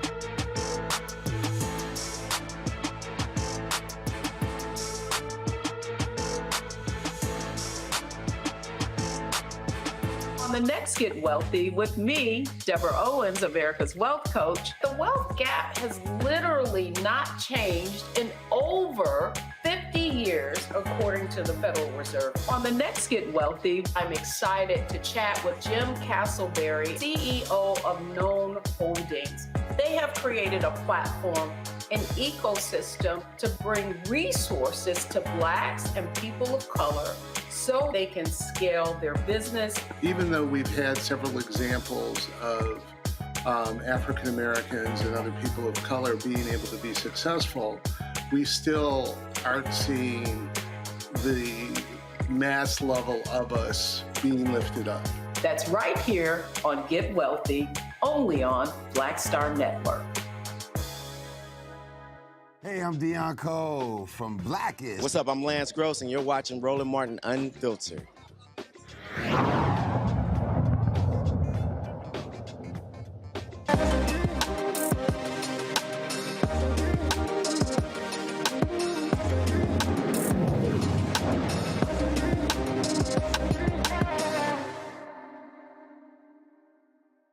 Caused her hair loss. Ogunde spent months testing a variety of oils, butters, and creams to Eloria and her mother Eugenia to help Eloria's hair grow back. After finding nothing that worked, the teen entrepreneur and mother created a line of products to help other Black girls and women maintain their hair while undergoing chemotherapy and other treatments.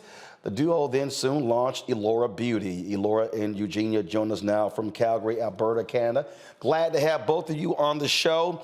And so walk us through this process. I mean, it's always interesting when you start doing something on your own, when you can't find what's out there in the marketplace. And so just what was that process like for you?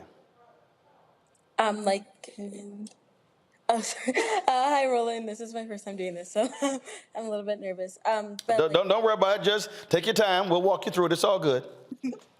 Okay, so when you're talking about what was the process like, do you mean with the disease itself, or? No, in terms of y'all just deciding, like, whose idea was to say, hey, all right, let's do our own hair care product company. And then how did you start putting together, start making calls and going through all of the machinations to build a business? So that will be me, Roland. Hi. So when Eliora lost her hair, we tried products out there to kind of help with the growth. But at the time, Eliora was 8 and she had been out of school for about a couple of months. So she was nervous going back to school without any hair, and we're kind of desperate to find something that would work quickly. So I just started to experiment with, oils and butters that we had at home.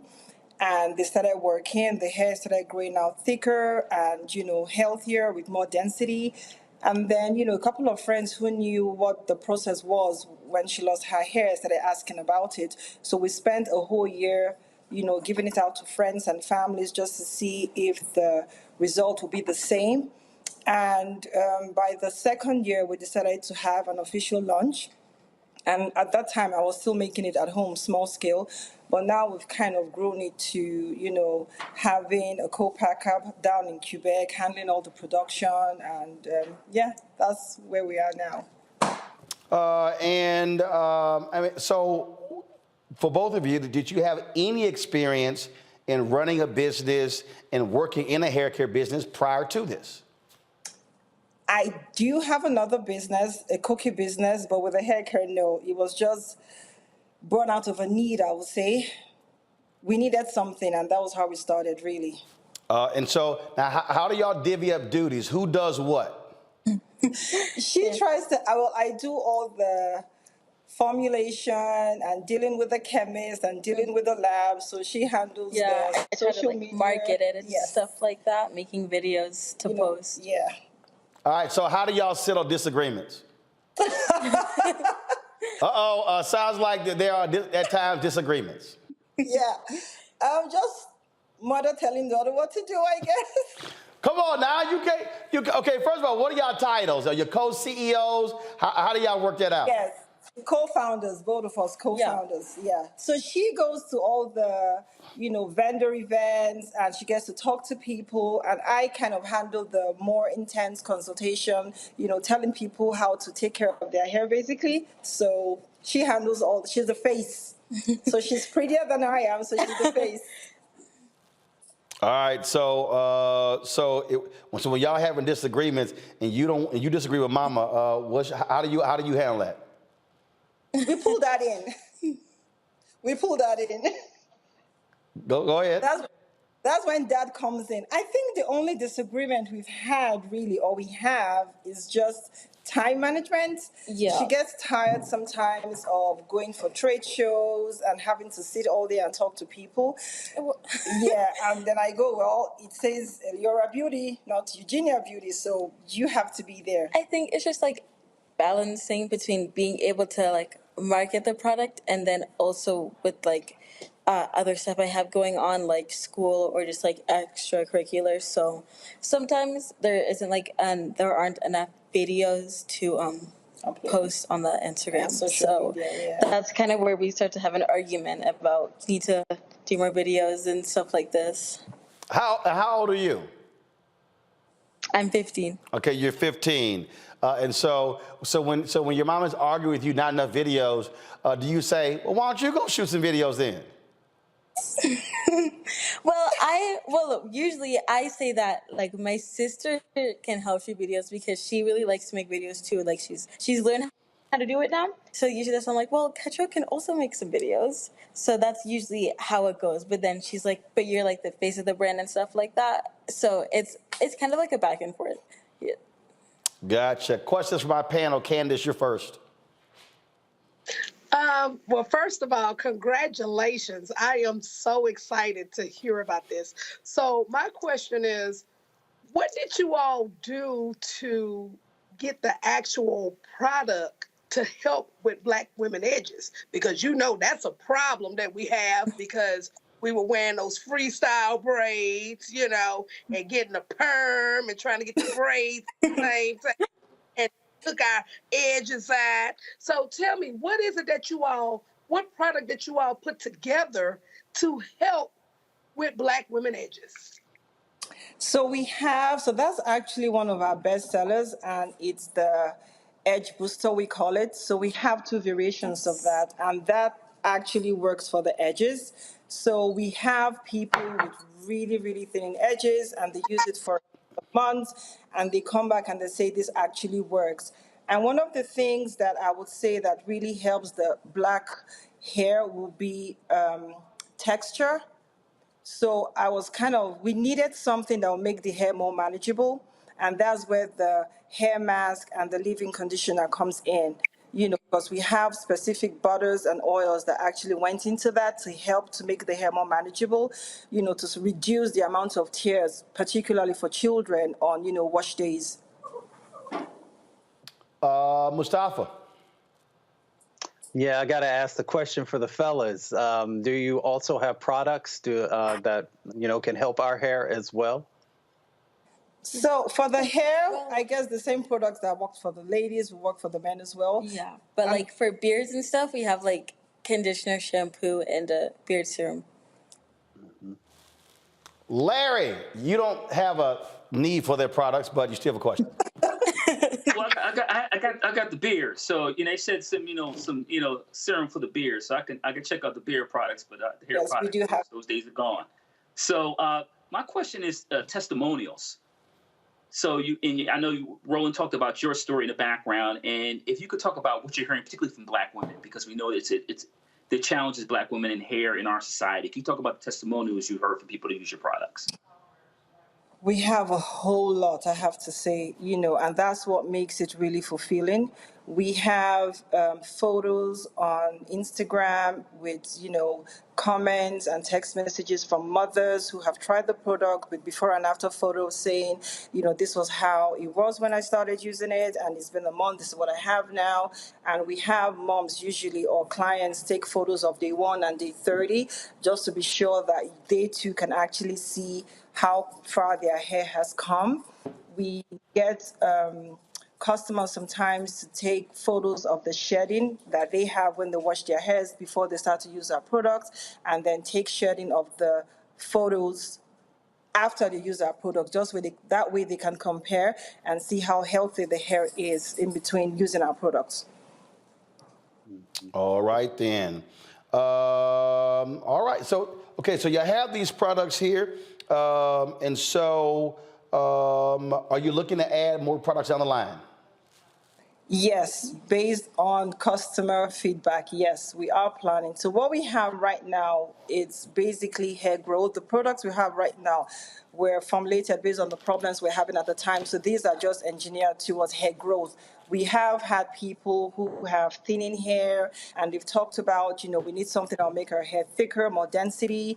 We have moms who have asked for detanglers. So those are things that we are working on, but we can't rush it. We have to make sure it actually works before we put it out there. So that will probably happen maybe next year or the year after, or the year after. All right, but also, so what is this Chin Chin Crunchy Cookie Snack that was in the package? So that goes out complimentary with every order. So that's actually my business. Chin Chin is it's West African. So originally, we are Nigerians, and that's what I had growing up as a child as a snack. So it's complimentary for every order. So that just went in there. That's a cookie. You should try it. All right, then. Well, look, we appreciate it. Look, good luck. First of all, where can people get your products? So we ship worldwide, and it's available on the website, eliarabeauty.com. And you can also ask questions if you have any from our Instagram, or send an email. There's always someone, available to answer any questions that you might have. And we do ship to the U.S. as well. All right, then. Well, look, we certainly appreciate y'all being with us. And so let's work out those co-founder dynamics. Yes, we will. When it comes to decision making. And we appreciate it. Good luck. Thanks a lot.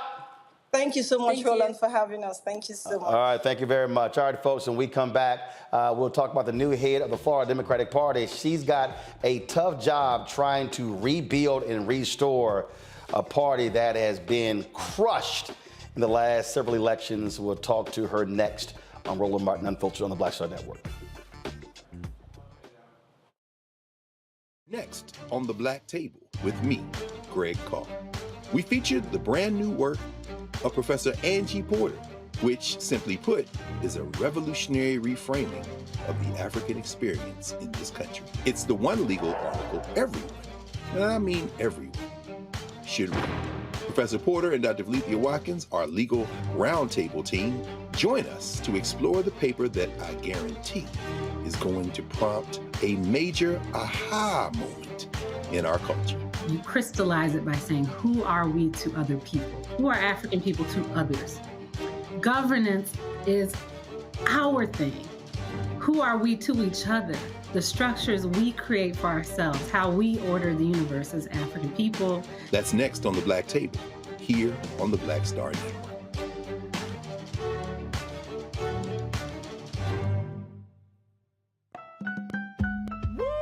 We're all impacted by the culture, whether we know it or not. From politics to music and entertainment, it's a huge part of our lives, and we're going to talk about it every day right here on The Culture with me, Faraji Muhammad, only on the Black Star Network. Pull up a chair, take your seat at The Black Table with me, Dr. Greg Carr, here on the Black Star Network. Every week, we'll take a deeper dive into the world we're living in. Join the conversation only on the Black Star Network. What's going on? This is Tobias Trevelyan. Hey, I'm Amber Stevens-West. Yo, what up, y'all? This is Jay Ellis, and you're watching Roland Martin Unfiltered.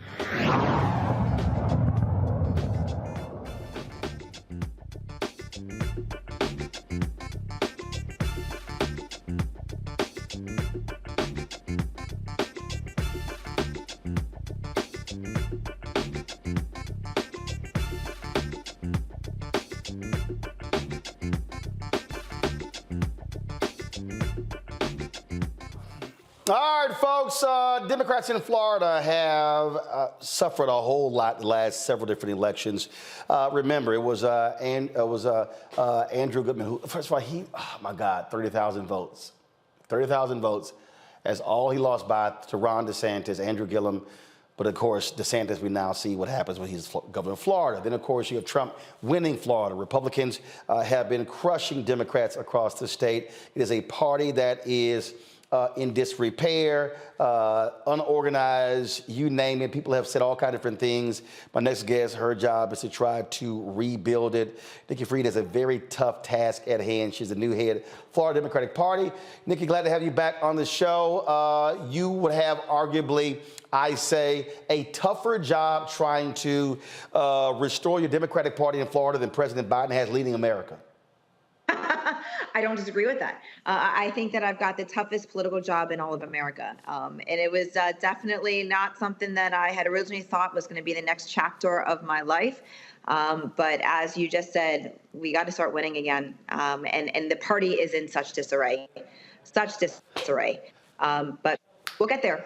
We will get there. We are going to fix this. And remember, the thing, what jumps out at me also, I think about the same thing in Texas. Where, I hope Beto O'Rourke decides to lead the party there. And it's just, you're dealing with these red states and how things have gotten very difficult in terms of winning statewide. Republicans are controlling a supermajority in the House as well, gerrymandering, all these different things. And so what is your beginning step? How do you do that? How do you begin to restore and rebuild trust? When I look at the data in terms of the top 15 counties and how they vote, your blue counties, look, they're not even hitting 60% turnout, where these red counties are 65, 67, 70, 72, 75%.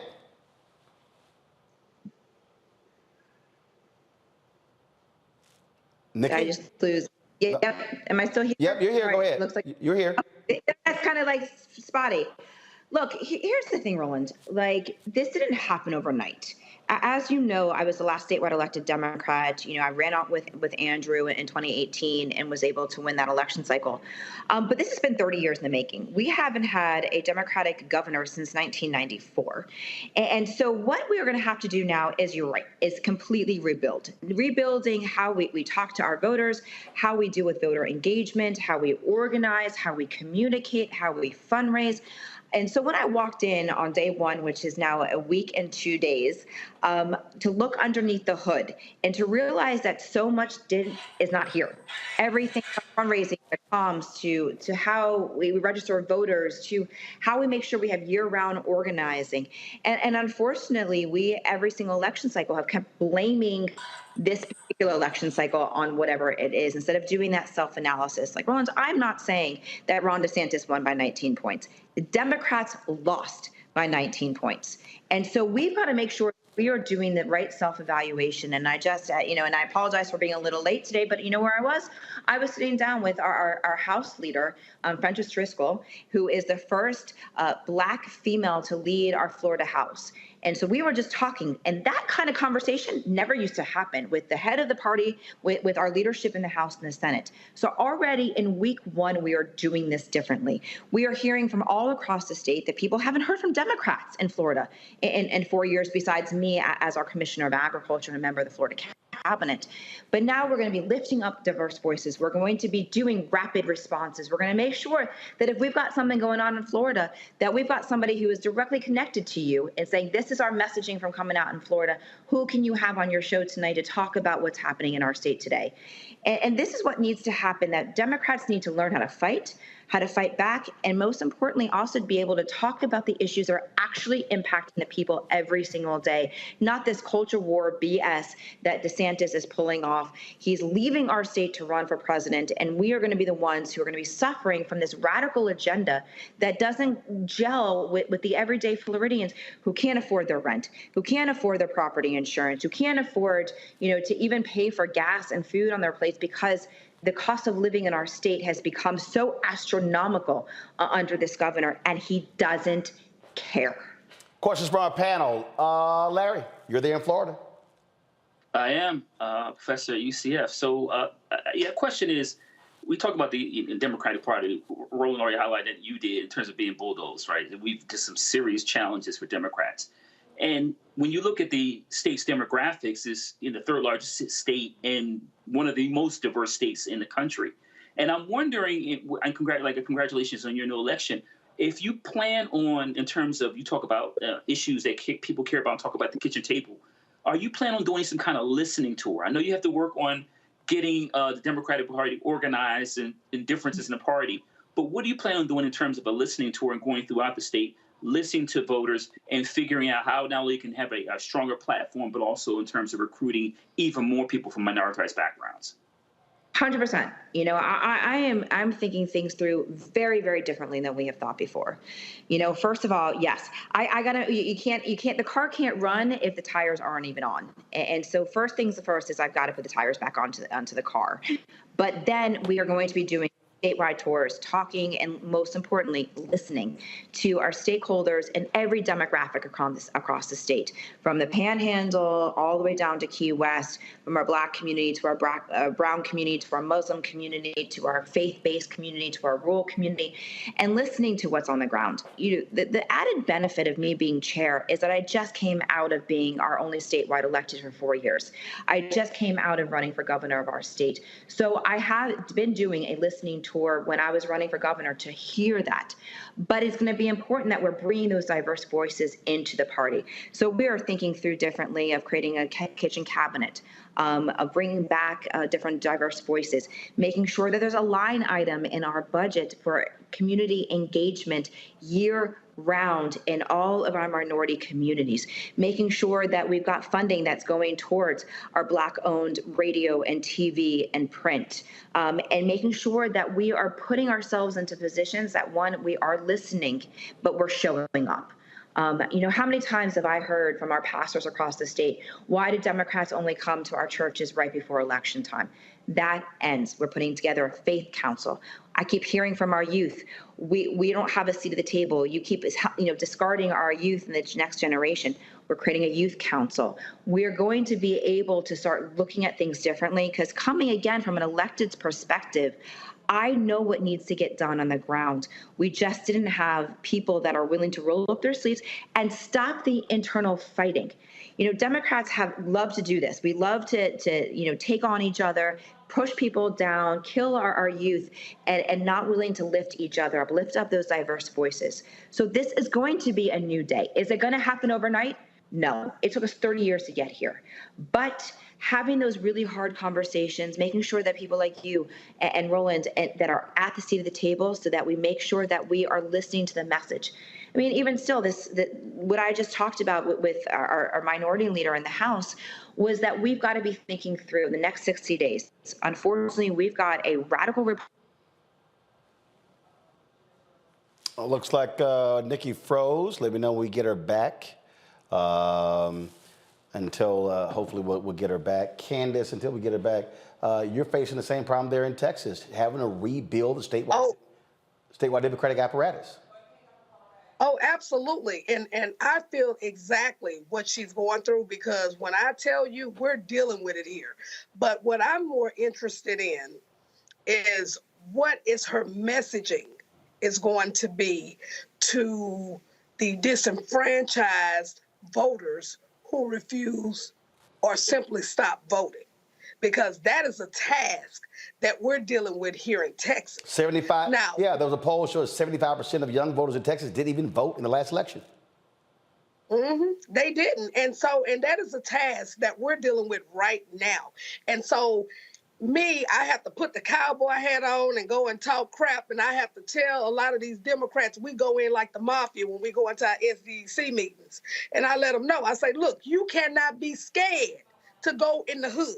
You cannot be scared to go to the strip club, because them strippers can vote. You can't think you two better to go into the trap houses to get them to come out to vote. But you have to have the proper messaging in order for those people to respond. That's the key. Mustafa, 45 seconds, real quick, your take. You know, we got to make sure that we're strengthening that Democratic base with the messaging that's necessary. But the other part of it, too, is that there are about, I forget what the number is, 4.4 million folks who are non-affiliated. How are they going to make sure that they're also engaging with those folks to win them over to the Democratic Party?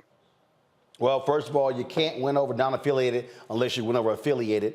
So you got to rebuild brick by brick, and I think that's really what Nikki Free's task is. We'll reschedule her, some issues with her Skype there, and we'll certainly get her back on the show. We'll try to get her back on tomorrow, but definitely want to hear more of what she has to say. Folks, that is it for me. I got to go. Don't forget, folks, support us in what we do. Download the Black Star Network app, Apple phone, Android phone, Apple TV, Android TV, Roku, Amazon Fire TV, Xbox One, Samsung Smart TV. Join our Bring the Funk fan club. Send check and money orders. P.O. Box 57196, Washington, D.C. 20037-0196. Cash App, $RM Unfiltered. PayPal, R Martin Unfiltered. Venmo is RM Unfiltered. Zelle, Roland at RolandSMartin.com. Roland at RolandMartinUnfiltered.com. Let me thank Larry, Mustafa, and Candace. Thank you so very much. Always glad to have my two Alpha brothers here and a fellow Texan on the show. Thanks a bunch, folks. Don't forget to get my book, White Fear, How the Browning of America is Making White Folks Lose Their Minds. All bookstores, Amazon, Barnes & Noble, and Audible as well. I will see y'all tomorrow. Ho!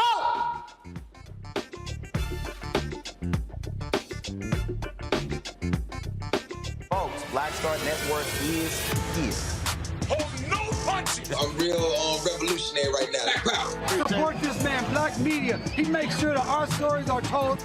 Thank you for being the voice of Black America, Roland. Stay black. I love y'all. All momentum we have now, we have to keep this going. The video looks phenomenal. See, there's a difference between Black Star Network and black-owned media and something like CNN. You can't be black-owned media and be scared. It's time to be smart. Bring your eyeballs home. You dig? Pull up a chair. Take your seat. The Black Tape with me, Dr. Greg Carr, here on the Black Star Network. Every week, we'll take a deeper dive into the world we're living in. Join the conversation only on the Black Star Network.